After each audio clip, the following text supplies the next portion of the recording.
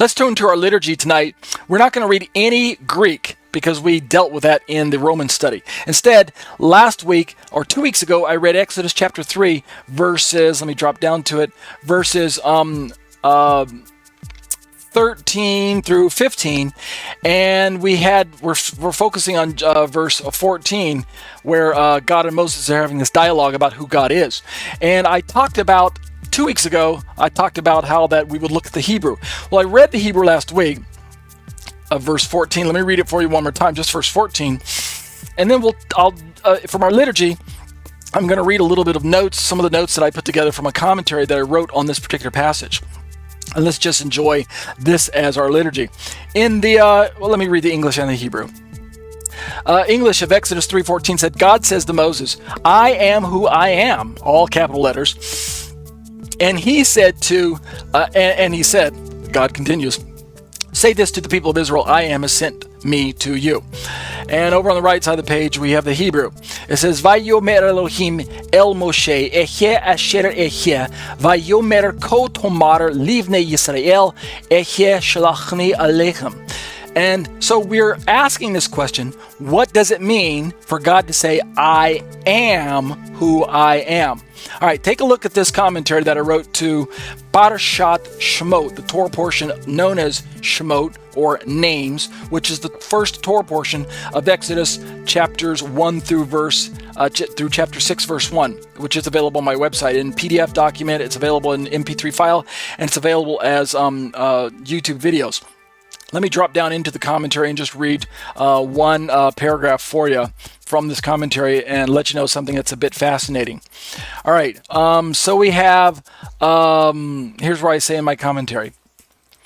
Looking at the first part of verse 14, we note that Hashem, which is God, he tells Moshe that his name shall be referred to, as you ready for it, Ehyeh asher Ehyeh, or I am / will be what I am / will be. And the rendering there, I am / will be what I am / will be, is taken from David Stern's Complete Jewish Bible, where he renders it that way.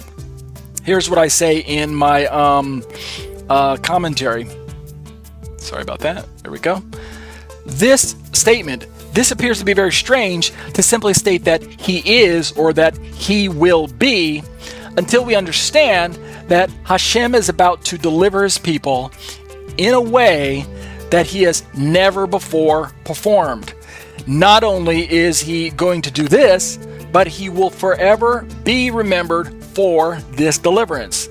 And this is why the phrase I am, in my opinion, is not really the best rendering of the Hebrew phrase Ehyeh.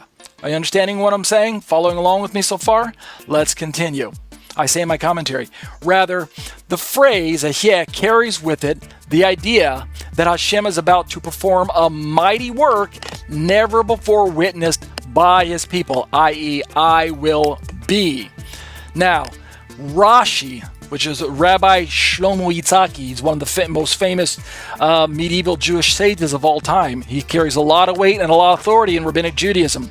Listen to what he has to say about this.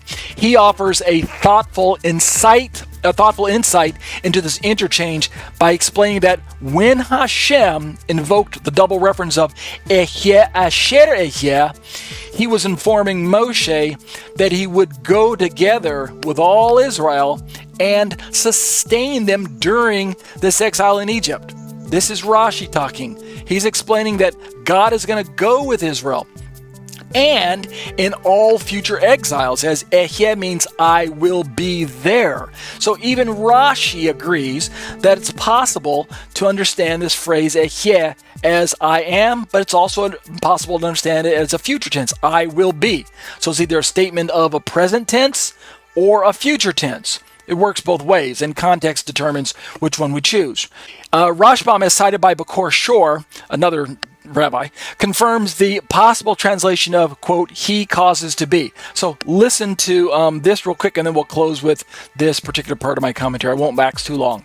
This is a quote from Bakor Shor. Ehyeh asher Ehyeh. This phrase has variously been translated as I am that I am, or I am who I am, or I will be what I will be. So it comes out across a few different ways. he goes on to say it clearly evokes YHVH, the specific proper name of Israel's God, right? Known in English as what we call the Tetragrammaton, that is 4 consonants. That's what Tetragrammaton refers to, YHVH. He goes on to say, the phrase itself also indicates that the earliest recorded understanding of the divine name was, you ready for this? A verb derived from the stem HVH, hava, taken as an earlier form of HYH, to be, right? Either it expresses the quality of absolute being, right? I am, or the eternal, unchanging, dynamic presence, right? So when we say I am, we're talking about a being who is stating that there is none like me. I am Ehyeh, to use technical terminology. I'm self-sustaining, self-sufficient. No one made me. I made myself, if you want to refer to the language that way. Really, that's inaccurate as well. God didn't make himself. God is uncreated. But he exists eternally in and of himself without dependence upon anyone else. That's what I mean by Ehyeh. So when he can say I am, he is eternally I am. There's never been a time when he wasn't present. I am eternally. That's one way to understand this. But it can also mean he causes to be. Listen to this. This is what the Jewish commentators, people with bigger Hebrew degrees than I have, explain. YHVH is the third person masculine singular, whereas Ehyeh is the corresponding first person singular. I bet you most people didn't know that. Most Messianics who rattle off Yahweh or Adonai or Jehovah or something to that effect when they're trying to approximate YHVH, they probably didn't know that YHVH is third person masculine singular. Whereas when God spoke to Moses and said Ehyeh asher Ehyeh, Ehyeh is actually first person singular. Why? Well, let's let the rabbi explain. This latter, that is third person, is used here because name giving in the ancient world implied the wielding of power over the one named. That's why parents name the children. The children don't pick their own names. That's why slave owners name their slaves, sometimes rename them, give them a new name or something like that. So the one being named is subservient to the one who's doing the naming, or is lesser than in that sense. Hence, the divine name can only proceed from God himself. So, in conclusion to our liturgy part, what I'm simply trying to alert us to the idea is that when God spoke to Moshe in first person, he says, I am, or Ehyeh Asheri, that which is Ehyeh. I am that which is Ehyeh. I am, or I will be. First person, I, Ehyeh, using the verb, I will be, right? First person. But when Moses goes to convey the name of God to the children of Israel, Moses doesn't say, Ehyeh sent me to you. Moses uses third person masculine singular, Yahweh sent me to you. Understand the difference? Ehyeh, Yahweh.